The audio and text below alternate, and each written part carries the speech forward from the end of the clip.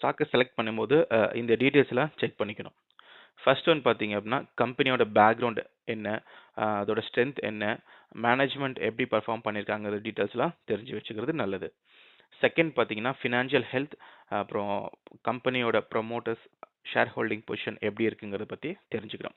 இந்த financial reports எல்லாமே வந்து வெப்சைட்டில் ரிலீஸ் பண்ணுவாங்க, எவ்ரி குவார்ட்டர் அண்ட் அப்புறம் இயர்லி பேசிஸில். அதை படித்து நீங்கள் தெரிஞ்சுக்கலாம். வேல்யூவேஷன் ஸ்டாக்ஸுக்கு எல்லாமே வந்து P/E ரேஷியோ செக் பண்ணுவாங்க. பேங்கிங் செக்டருக்கு P/B ரேஷியோ செக் பண்ணுவாங்க. அண்ட் அந்த ஸ்டாக் வந்து டிவிடெண்ட் கொடுக்குறாங்களா இல்லையாங்கிறது செக் பண்ணிக்கணும்.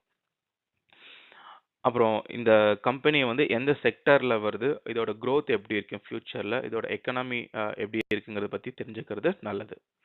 ரிஸ்க் அண்ட் டைவர்சிஃபிகேஷன் எந்த மாதிரி ரிஸ்க் ஆப்டிடியூட் இதில் இருக்குங்கிறது தெரிஞ்சுக்கணும். நான் முன்னாடி ஸ்லைடில் எக்ஸ்பிளைன் பண்ண